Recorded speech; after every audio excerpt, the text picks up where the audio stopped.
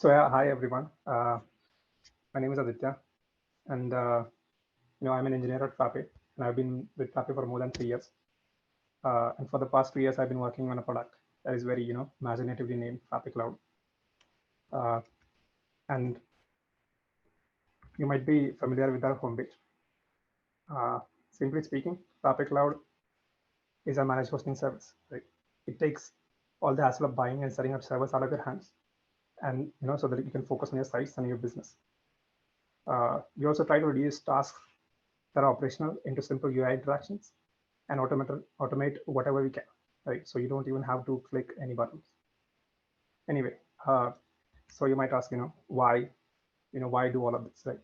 And the simple reason is because developer productivity is the most important asset for any company, especially a tech company. So the way we do this, is by essentially reducing bureaucracy, right? And the simplest way is essentially transfer all the control to the engineer. And just giving raw access to servers doesn't always work, because every meaningless choice, every flag, every command is a potential for mistake, right? Anything that can go wrong will go wrong. So what we have come up with is a way to map all of the actions, all of this command lines, all of the file editing, everything to a GUI. And we'll get to that sooner. So one more reason is basically, is assurance, right? The moment you choose to host your sites on Frappe Cloud, all of your operational problems and incidents become our problem. Again, it doesn't solve all the problems, and especially the app-based problems, but we also provide ERPNext support plan for small businesses. And the common question that is, costs.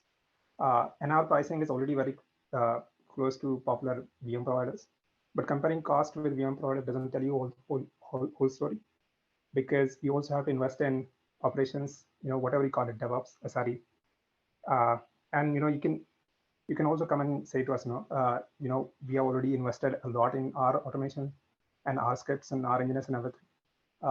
Then my answer to you is, think big, productize your code, you productize your offering, and bring competition to Frappe Cloud.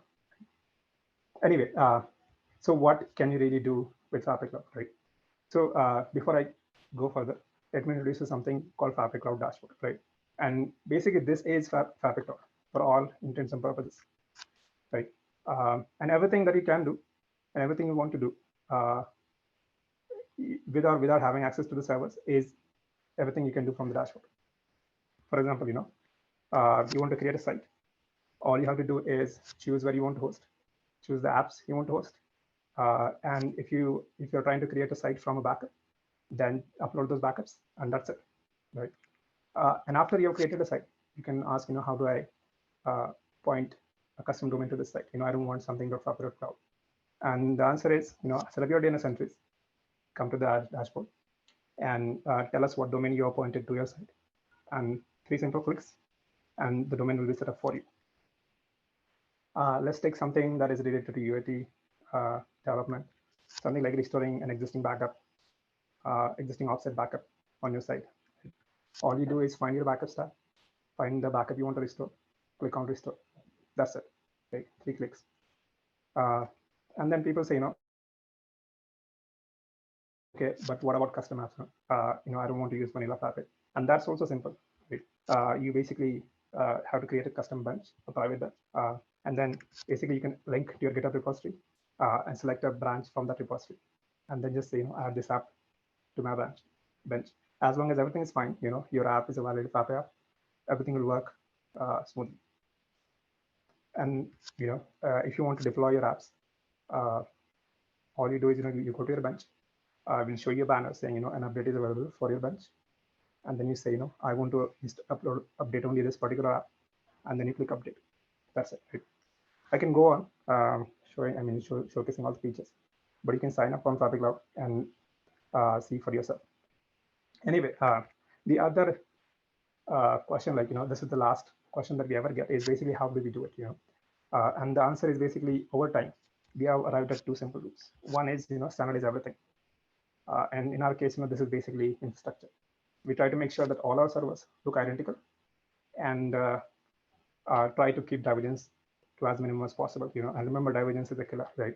The moment one server starts to look different from the other, you are basically a dead man walking. And the other is, as is the Frappe way, everything in Frappe Cloud is a DocType. Site is a DocType. Bench is a DocType. Everything that comes between site and bench is a DocType. Some are very obvious, some not so much. So yeah, that's how we do things at Frappe Cloud. And so yeah, I want to share what is our what we're going to do next with Frappe Cloud. And the obvious first thing is making sure that Frappe Cloud is everywhere. Right now we're serving in 5 regions. And by the way, you can, while you are creating a site, you can also choose what region you want to host your site in. You can also choose this region while creating a bench, and all your sites on that bench are in the same region. We also recently started using AWS EC2, and we are working on adding 2 more providers. So that gets us to more regions, more countries, more cities. And then from the first point that we started Frappe Cloud is essentially is giving more control to users, right? That is the whole philosophy. So in the beginning, all we had was site. You can do a lot of things with sites, but you can't install custom apps, or you can only install custom apps that are, say, Frappe verified or approved,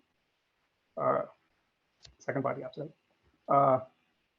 So then came the demand for custom apps, and because of custom apps, we had to introduce something called bench, and now people could install whatever apps they want, private, public, from someone else's repository by cloning those repositories, and they can choose whenever they want to update these apps.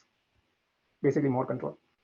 And just by going this simple logic, we'll soon be introducing servers, right? So in the beginning, it will look like we'll just be offering virtual machines on Frappe Cloud. We'll be providing more control, so you can choose the sizing of these machines. Right now, you don't get to control what is the base configuration of the machines that your site is hosted on Frappe Cloud. And there are also more configurations. For instance, you can't control MariaDB versions. You can't control some of the MariaDB configurations. You don't actually have to, but whenever you want to, it's a good thing that you have this option. And it also will let you, isolate your workload from everyone else physically. And then, the next logical step for us is basically allow every physical server or virtual server that is reachable over the internet to connect to Frappe Cloud. And there is also a project in progress, and Hussein will be presenting this in depth to you. So yeah, this is what we are going to do with Frappe Cloud in coming months. So my message is simple. Why fight Linux? Why fight the CLI? And why waste your time? So that's it. Thank you. I'll just take questions if you have any.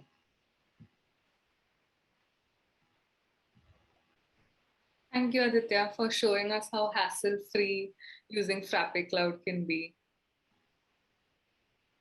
Are there any questions?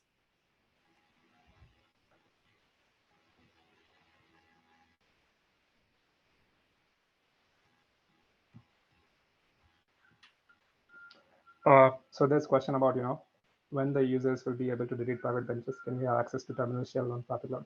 Okay, so if you don't use any user benches, only the records stay. The actual benches get cleaned up every week or so. So, and anyway, you don't pay for the benches. But yeah, we'll provide a way to delete the stale records from the from the dashboard. And then can we have access to terminal shell? So yeah, we are working on this feature as well.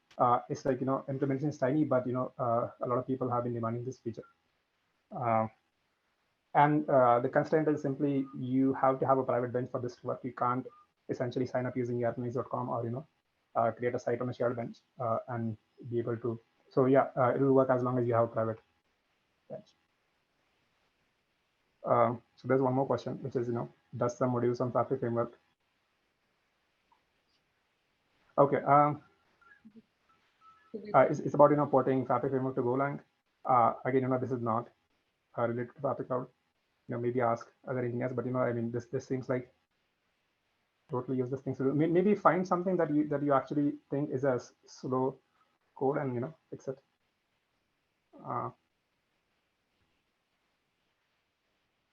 Any questions on YouTube? Yes, there's another one.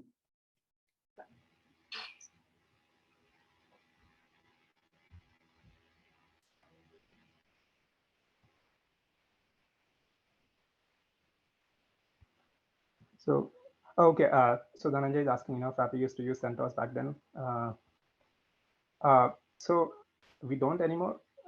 And that is because, the engineers that used to develop the first system were comfortable with CentOS and everything. But we are essentially able to port everything. I mean, none of the packages that we depend on are basically like OS specific. So it was like extremely easy for us to port from Ubuntu to CentOS to Ubuntu. And so basically, we try to listen to all of the advisories, all of our vendors. I mean, vendors, essentially the open source vendors, Ubuntu and MariaDB and such provide, and we try to update those packages whenever we can. Most of this is transparent to you. Basically, every time you deploy your bench, we pick up the most recent packages, putting some constraints. For instance, Python 3.7, and then so yeah, like basically every single deploy is a new update. Some of the packages have to be updated manually in the sense like there's an automated procedure anyway, but you don't get to trigger it right now. And this is about multi-tenancy. I'm assuming this is about site. So yes and no, it depends on what you're trying to do. If you're writing custom app, you can use your own multi-tenancy, but like it costs $10 to create a site. So maybe create as many as you can.